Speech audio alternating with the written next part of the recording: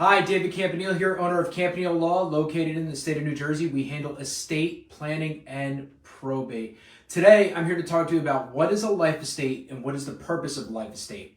I've been getting a lot of questions in regards to this, a lot of consultations. But before we dive into that, if you have any questions or you'd like to schedule a free consultation over the phone with me, head on over to njestateattorney.com to schedule a day and time that works for you.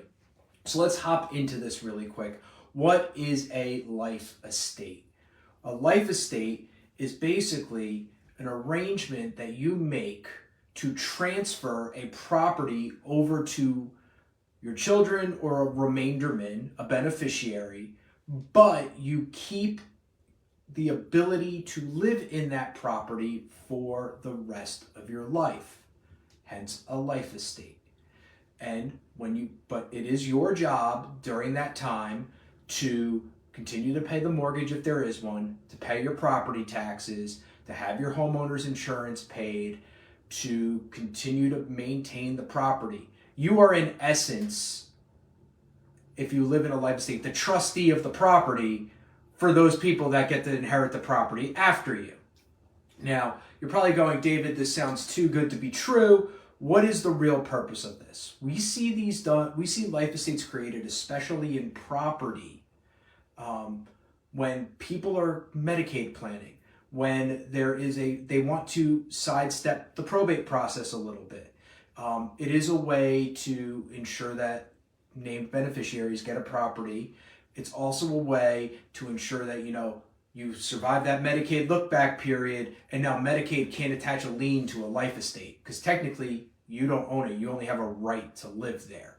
However, the caveat of a life estate is if I want to move, I can still sell my life estate to another individual. But when I die, their ownership fails.